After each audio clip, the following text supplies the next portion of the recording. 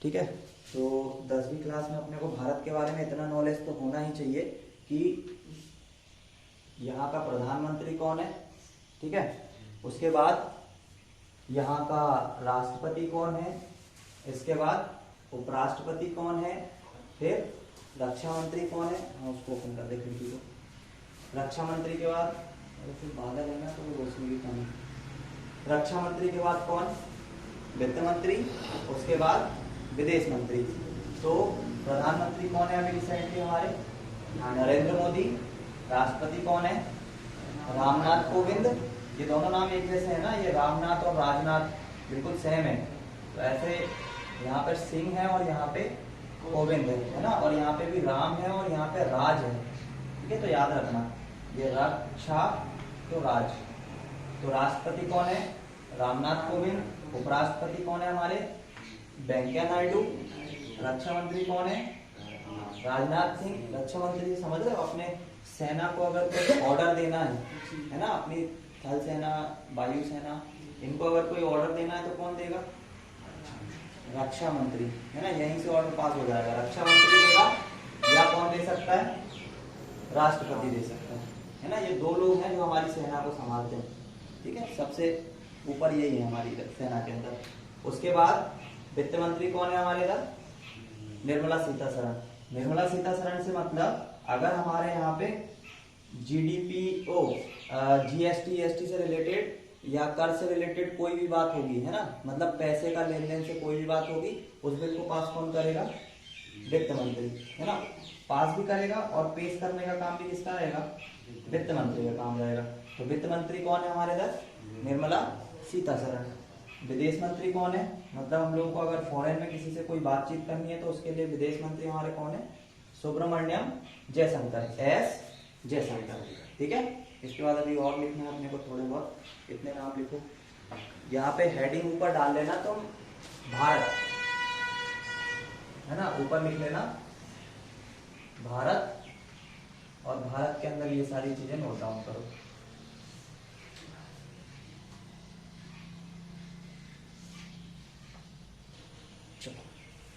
इसके बाद इसमें लिख लो तुम लोग अपना गृह मंत्री,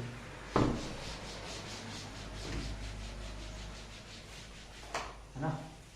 इसके बाद किसको लिख लो, गृह मंत्री,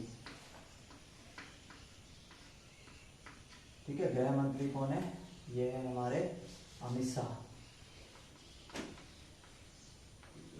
अमित शाह। और इसके बाद एक और याद कर लो, देखो मैंने तुम्हें क्या बताया था कि अपने जो स्टेट हैं उसमें हाई कोर्ट होती है ना, हाई कोर्ट बताई थी। ऐसे ही सेंटर में क्या होती है, सुप्रीम कोर्ट, है ना, सर्वोच्च न्यायालय। तो वो सुप्रीम कोर्ट चूंकि पूरे भारत में कितनी है, एक है, और वो भी कहाँ पे है, दिल्ली में है ना। तो उसके जो भी न्यायाधीश होंगे, है ना, वहां पे जो न्याय करने वाले जो व्यक्ति है, उन व्यक्ति का नाम हमको क्या होना चाहिए, पता होना चाहिए। तो भारत के मुख्य न्यायाधीश, है ना, मुख्य न्यायाधीश ये कौन है, ये है NV रमन्ना,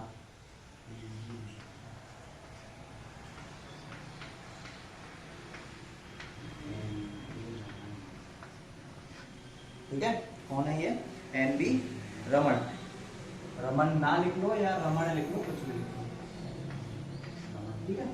तो मुख्य न्यायाधीश मतलब इसको बोलते हैं CJI, ठीक है, CHIEF JUSTIC, justice of India, ठीक है। तो हमारे भारत के मुख्य न्यायाधीश कौन है, NV रमन या रमन्ना। और गृह मंत्री कौन है, अमित शाह। याद रखोगे अब ये सारी चीजें, ये इतने नाम तो तुम लोगों को याद रहने ही चाहिए, ठीक है। भारत के हिसाब से इतने नाम याद रहने ही चाहिए। इसके बाद में तुम लोगों को मध्य प्रदेश के बारे में लिखवाऊंगा, और मध्य प्रदेश के बारे में लिखवाने के बाद फिर चलेंगे भारत के और दूसरे नॉलेज पे, ठीक है। करो, नोट डाउन करो तुम लोगों को, ठीक है। तो सेंटर में अगर प्रधानमंत्री है तो स्टेट में कौन होगा, मुख्यमंत्री होगा, है ना। सेंटर में अगर राष्ट्रपति है तो राज्य में कौन होगा? राज्यपाल होगा, है ना। और सेंटर में अगर सुप्रीम कोर्ट है तो राज्य में कौन होगा? हाई कोर्ट होगी, है ना। जैसे सुप्रीम कोर्ट का ऑर्डर किसी भी राज्य के लिए बाध्यकारी है, मानना जरूरी है, ऐसे ही जिस स्टेट का हाई कोर्ट है अगर उसका कोई ऑर्डर आता है तो वो उस राज्य को मानना जरूरी है, मानना पड़ेगा। ठीक है, तो चलो ये तो हो गया आज अपना जीके।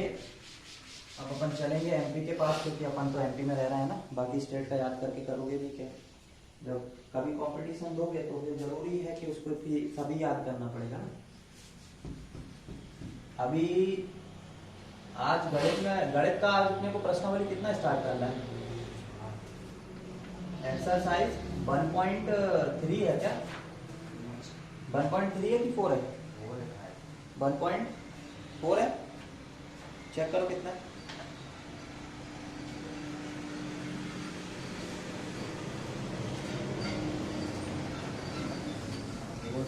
1.4 ना।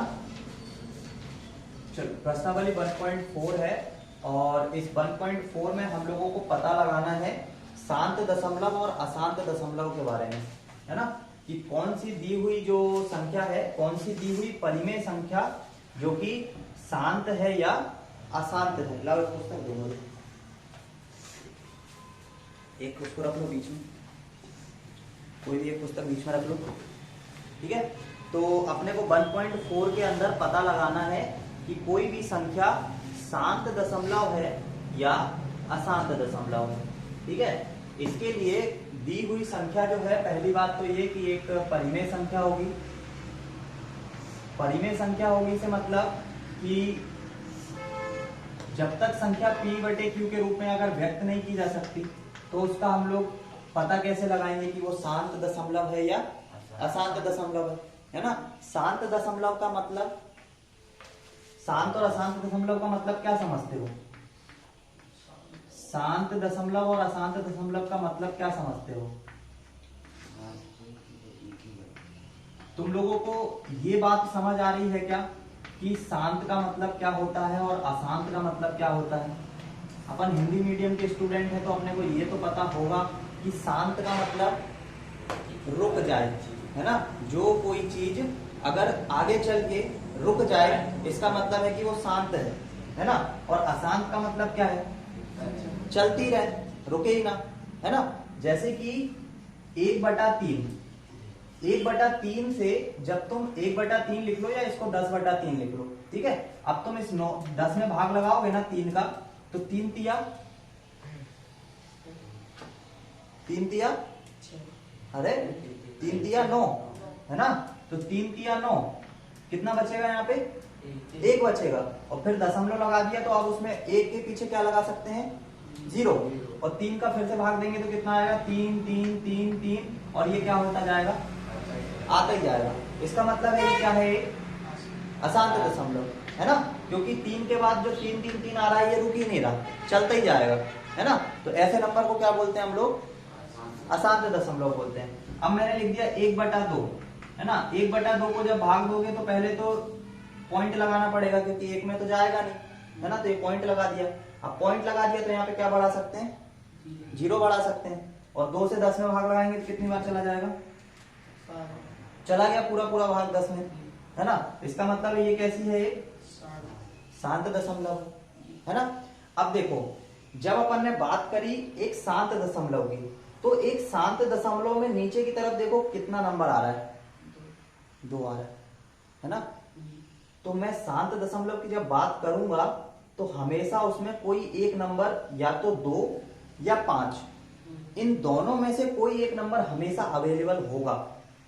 अगर अवेलेबल है तो इसका मतलब है कि वो एक शांत दशमलव है। और अगर 2 या 5 का कोई भी गुणन नहीं है नीचे की तरफ, है ना, तो इसका मतलब है वो शांत दशमलव नहीं है ना। अब देखो 1 बाय 1 में तुम लोगों को नंबर लिखवाता चलता हूं और बताता चलता हूं।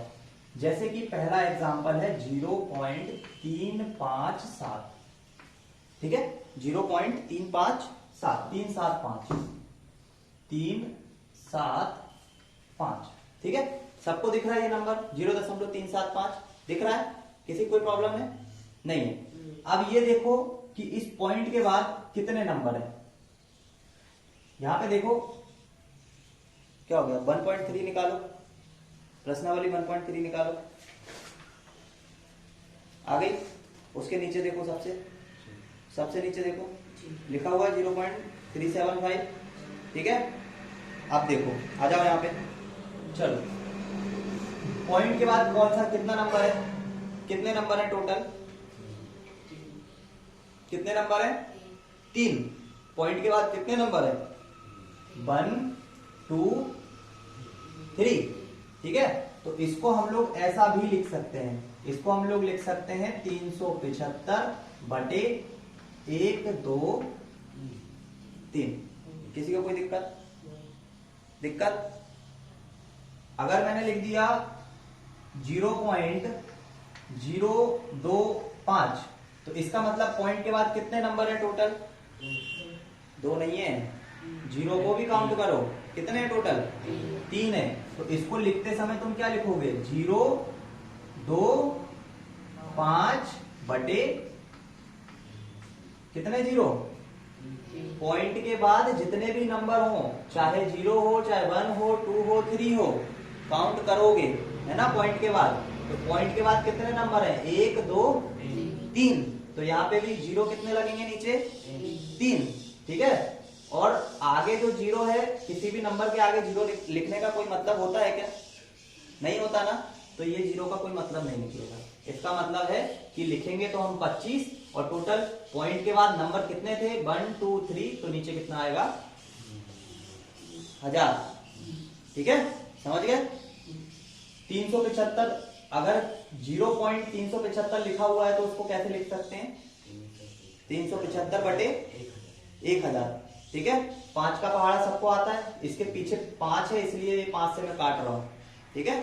5 का पहाड़ा सबको आता है, तो 5 से काटो इसको, 5 से काटो, 5 7 35, कितना बचेगा, 2 5 25, नीचे काटोगे तो 5 दूनी 10, 0 और 0, फिर 5 से काटो, 5 चौको 20, 0 का 0, 5 एकम 5, 2 बचेगा, 5 25, फिर 5 से जा रहा है, 5 दिया 15, 15 8 40। तो फाइनली जो नंबर निकल के आएगा, ऊपर से कितना आएगा और नीचे से कितना आएगा, ये जो 8 है, ये 2 गुणा 2 गुणा 2, 8 को क्या लिख सकते हैं, 2 गुणा 2 गुणा 2, है ना। 3 बटे 2 गुणा 2 गुणा 2, ठीक है। अब चूंकि नीचे गुणे में 2 आ गया, 2 आ गया, 2 आ गया, हमें सिर्फ कितने 2 की जरूरत है, 1। हमने क्या बोला कि अगर किसी गुणनखंड में नीचे की तरफ, हर में, अंश में नहीं, हर में, अगर 2 या 5 में से कोई भी एक आया, इसका मतलब है दिया हुआ जो नंबर है वो एक शांत दशमलव होगा, है ना। यहाँ पे देखो 2 दिख रहा है ना, तो इसका मतलब है ये कैसा है, एक शांत दशमलव है ना। तो अगर 2 या 5 में से कोई भी एक नंबर दिख गया, इसका मतलब है वो एक शांत दशमलव है। तो अब देखो 2, अब तुम लोग बोलोगे कैसे है, तो देखो 2 से भाग लगाओ 3 में पहले, चलो 8 से ही लगा लो, 8 से लगा लो 3 में, जाएगा क्या, जाएगा क्या, नहीं जाएगा ना। तो क्या लगाएंगे, पॉइंट लगाएंगे, है ना। ये 0 में लिख देता हूं, जरूरत नहीं रहती है, पॉइंट लगाना पड़ेगा, 3 में भाग 8 का जाएगा नहीं, पॉइंट लगाना पड़ेगा। अब पॉइंट लगा लिया तो अब क्या कर सकते हैं, यहाँ पे 0 बढ़ा सकते हैं।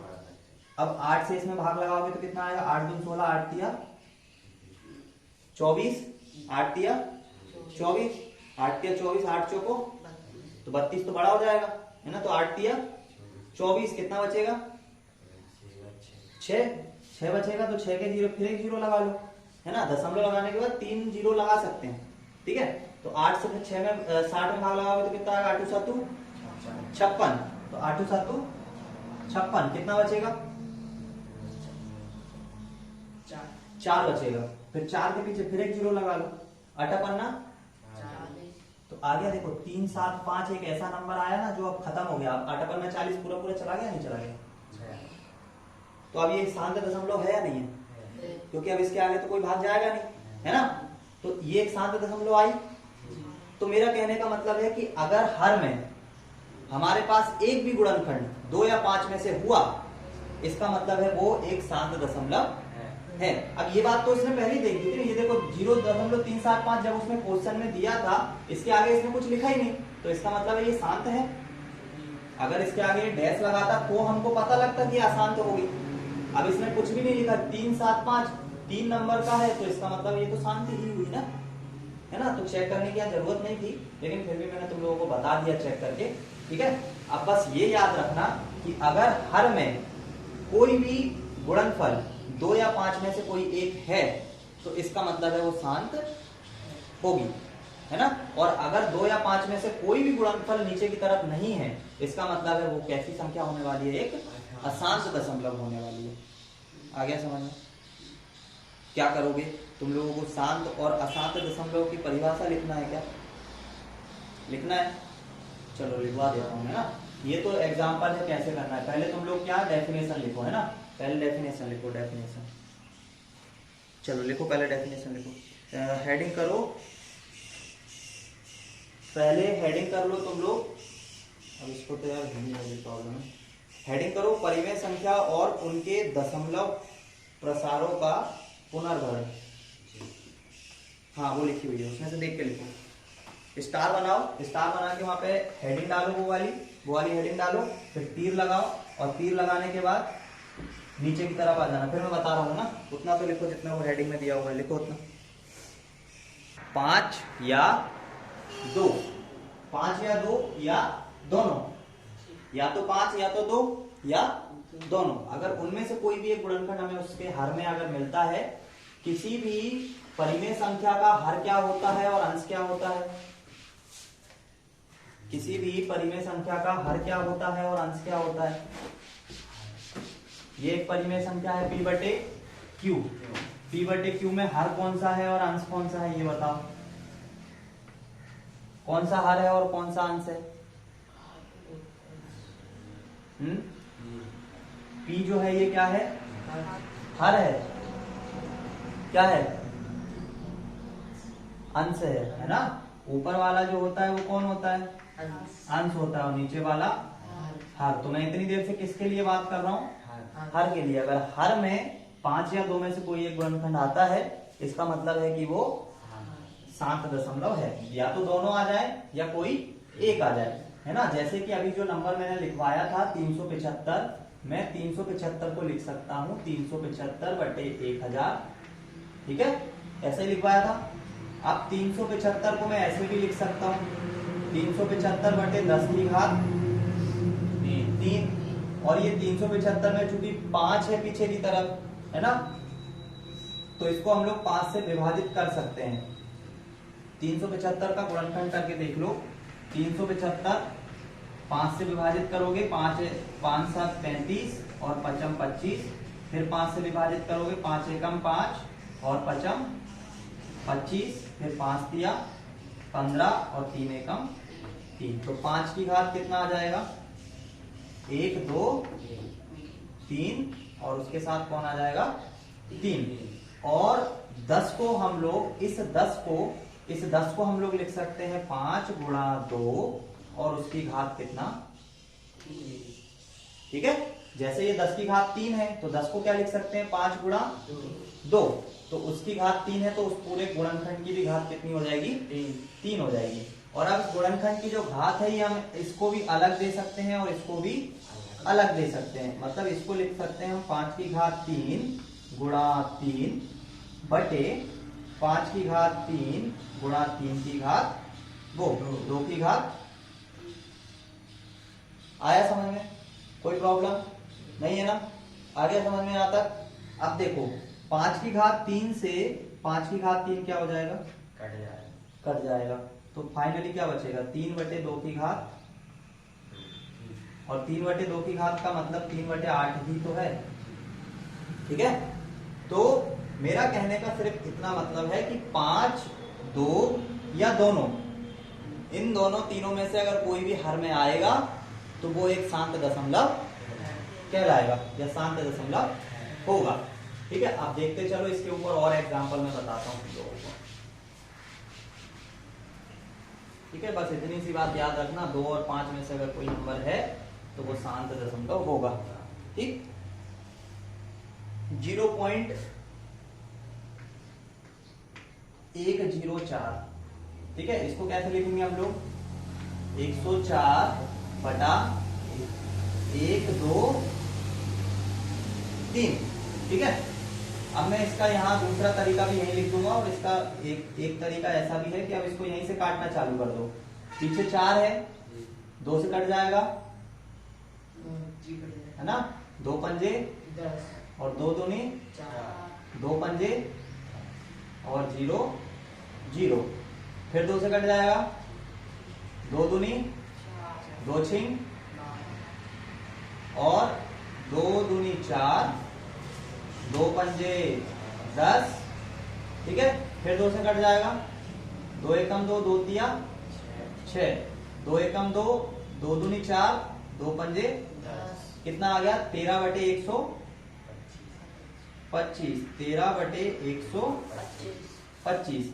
और 125 जो है इसको अपन लिख सकते हैं, 125 को अपन लोग लिख सकते हैं 13/25 गुणा 5। 25 का 25, 25 दूनी 50, 25 दिए 75, 25 चौके 100, 25 पंजे 125। और इस 25 को भी क्या लिख सकते हैं? 5 गुणा 5। तो इस 125 को 5 की घात कितना लिख सकते हो? 3, है ना? क्योंकि इस 25 को क्या लिख दोगे? 5 गुणा 5 और 1 5 ये वाला, तो टोटल 5 कितने हो गए? 3।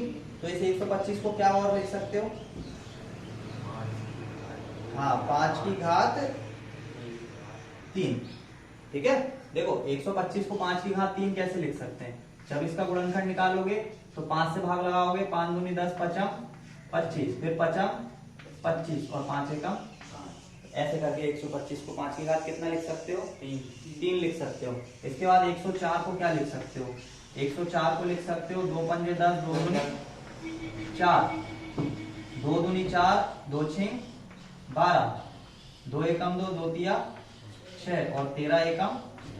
तो इसको क्या लिख सकते हो? 104 को लिख सकते हो 2 की घात 3 गुणा 13। और इस 1000 को क्या लिख सकते हो? 1000 को लिख सकते हो 5 गुणा 5 गुणा 5, ये तो हो जाएगा 125। 1000 को रुको, यहाँ पे तोड़ना पड़ेगा, है ना? 1000 को ऐसे लिख सकते हैं 10 की घात कितना? ठीक है, 10 की घात 3। और इसी को आप लिख सकते हैं 2 की घात 3 गुणा 13 बटे 5 गुणा 2 की घात कितना? 3। और अब इसको ही लिख सकते हैं 2 की घात 3 गुणा 13 बटे 2 की घात 3 कर दो और 5 की घात 3 कर दो। ठीक है, अलग अलग, दोनों को अलग अलग घात दे दो। और 2 की घात 3 से 2 की घात 3 क्या हो जाएगा? कट जाएगा। तो ये कितना आ जाएगा? 13/5 की घात कितना? 3, है ना? और यही तो हम निकाल के लेके आए, काटा पीटी करके कितना लेके आए? 13/5 की घात 3। अब मैंने बताया था पहले वाले क्वेश्चन में कि अगर 2 है तो भी वो शांत दशमलव होगा, और अगर 5 है तो भी वो शांत दशमलव होगा। तो ये जो दिया हुआ नंबर है ये कैसा है? एक शांत दशमलव। आ गया समझ में? कि अब अगर किसी क्वेश्चन में पता लगाना है कि वो शांत है या नहीं है, तो उनमें नीचे की तरफ कोई भी एक 5 या उसका गुणनखंड होना चाहिए। ठीक है, आ गया समझ में? तो ये नोट डाउन करना है तो करो दूसरा वाला क्वेश्चन। ठीक है, इसके नीचे ये वाली लाइन चलाना और जस्ट इसके इक्वल लगा के ये वाली लाइन चलाना। ठीक है, करो इसको नोट डाउन। ठीक है, ये तो केस हो गया कि जब अपने पास नीचे या तो 2 आ जाए या 5 आ जाए, ठीक है, या दोनों आ जाए, तो उस केस में ये जो दिया हुआ नंबर है वो कैसा होगा? एक शांत दशमलव होगा। लेकिन यदि अपने पास नंबर कुछ ऐसा आ जाए, नंबर कुछ ऐसा कैसे, मतलब कि क्या हमेशा ये बात सत्य होगी कि नीचे की तरफ गुणनखंड 2 या 5 में से कोई एक अगर आता है तो क्या हमेशा वो दिया हुआ नंबर जो है वो एक शांत दशमलव ही होगा क्या? नहीं, ऐसा नहीं होता है ना। जैसे कि अपने पास यहाँ पे लिखा हुआ है 1/2 और उसके साथ मैंने लिख दिया 3, ठीक है, ऐसा लिख दिया। अब इसमें हमें भाग कितने का लगाना होगा? 1 में 6 का लगा लो, या पहले 2 का लगा लो फिर 3 का लगा लो। तो अपन डायरेक्ट 6 का ही लगा के देख लेते हैं। अपन को ये तो पता लग गया ना कि ये गुणनखंड है, और इसको अपन 1/6 भी लिख सकते हैं। अब 2, अपने को ये तो पता लग गया ना 2 का एक गुणनखंड इसमें आ रहा है, ठीक है। अब 1 में भाग लगाओ 6 का, जाएगा क्या? जाएगा क्या? नहीं जाएगा ना। तो इसका मतलब है यहाँ पे पॉइंट लगा के क्या बढ़ाना पड़ेगा? 0 बढ़ाना पड़ेगा। 0 बढ़ाते से ये कितना हो जाएगा? 10/, तो 6 एकम 6, कितना बचेगा? 6 एकम 6, कितना बचेगा? 4 बचेगा ना। 4 बचेगा तो कितना हो जाएगा? 40। फिर 40 में भाग लगाओगे तो कितना आएगा? 6 6 36। फिर कितना बचेगा? 4। अब वो 4 बचेगा तो फिर 0 बढ़ाओगे और फिर कितनी बार दोगे? 36। तो वो 6 6 6 आता जाएगा। इसका मतलब है ये अब एक शांत है क्या? नहीं है, है ना, अशांत है ये। तो ये जरूरी नहीं है कि 2 और 5 का गुणनखंड किसी भी नंबर के साथ अगर आता है तो वो शांत ही होगी, है ना। अगर सिंपली हर में या तो 2 है या 5 है, या 5 या 2 में से दोनों है, तो ही वो शांत दशमलव होगी, है ना। जरूरी नहीं है कि उसके साथ कोई दूसरा अगर नंबर गुणनखंड में आ जाए और फिर वो शांत हो, है ना। तो अगर ये अकेला है, ये अकेला है, या दोनों है, तो वो कैसी होने वाली है? शांत होने वाली है। और अगर इनके साथ कोई और नंबर आ जाए तो फिर उसको चेक करके देखेंगे कि वो शांत है या अशांत है। ठीक है, समझ में आ गया? ठीक है,